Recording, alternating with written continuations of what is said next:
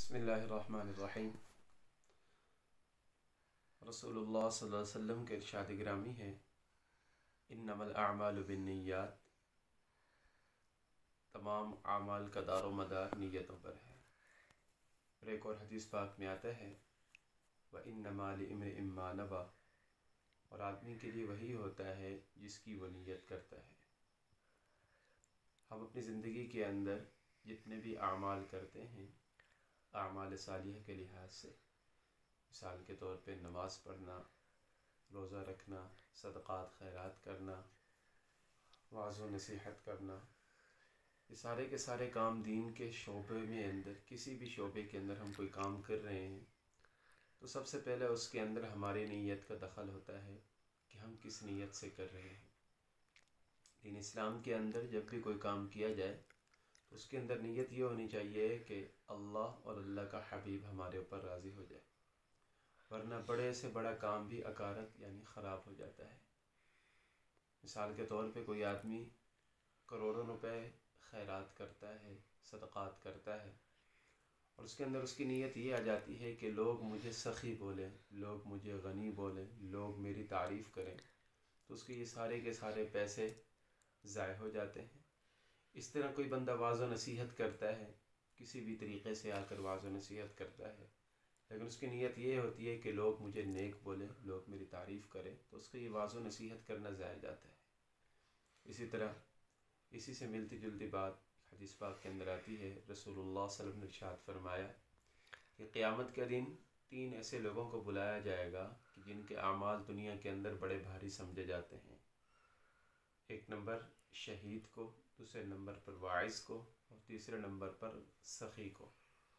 جب شہید کو بلایا جائے گا تو پوچھا جائے گا اس سے کہ آپ نے دنیا کے اندر میرے لیے کیا کیا؟ اللہ تبارک و تعالیٰ پوچھیں گے تو شہید کہے گا کہ یا اللہ، آپ نے مجھے دنیا کے اندر زندگی عطا کی، میں نے وہ جان آپ کے اوپر قربان کر دی۔ اللہ تعالیٰ فرمائیں گے کہ یہ جھوٹ بولتا ہے، اس نے میری خاطر نہیں کی تھی جان قربان، بلکہ اس نے لوگوں کی خاطر کی تھی تاکہ لوگ اس کو بہادر کہیں، سو اس کو کہا جا چکا، اس کو اوندھے منہ جہنم کے اندر گرا دیا جائے، فرشتے اس کو پکڑ کر جہنم کے اندر گرا دیں گے۔ اسی طرح پھر واعظ کو بلایا جائے گا، یعنی جو وعظ و نصیحت کرتا تھا دنیا کے اندر، وہ جو دنیا کے اندر وعظ و نصیحت کیا کرتا تھا، لوگوں کو نیکی کی طرف بلایا کرتا تھا، اور اس کے کہنے پہ بہت سے لوگ نیکی پر بھی لگ چکے ہوں گے، تو اللہ تبارک و تعالیٰ اس سے پوچھیں گے کہ میں نے دنیا کے اندر تجھے علم دیا، تجھے وعظ و نصیحت کا، تجھے ملکہ عطا کیا، تو نے کیا کیا میرے لیے؟ اور عرض کرے گا کہ مولا، میں لاکھوں لوگوں کو دین کی طرف بلایا کرتا تھا، وعظ و نصیحت کیا کرتا تھا تاکہ تو راضی ہو جائے۔ اللہ تعالیٰ فرمائیں گے کہ جھوٹ بولتا ہے، تو نے اس لیے یہ وعظ و نصیحت کی تھی کہ لوگ تجھے نیک اور صالح بولے، لوگ تیری عزت قدر کریں، سو جس چیز کی تو نے نیت کی وہ تجھے مل چکا۔ فرشتوں سے کہا جائے گا کہ اس کو اوندھے منہ جہنم کے اندر گرا دیا جائے، فرشتے اس کو بھی جہنم کے اندر گرا دیں گے۔ تیسرے نمبر پر سخی کو بلایا جائے گا، جو دنیا کے اندر لاکھوں کروڑوں خرچ کیا کرتا تھا، اور لوگ اس کے بڑے گرویدہ ہوں گے۔ اللہ تبارک و تعالیٰ پوچھیں گے کہ بتا میرے بندے، میں نے تجھے دنیا کے اندر مال و دولت دی، سب کچھ دیا، تو نے میرے لیے کیا کیا؟ عرض کرے گا کہ مولا، آپ نے مجھے مال و دولت دیا، میں نے آپ کی رضا کے لیے اس کو خرچ کیا۔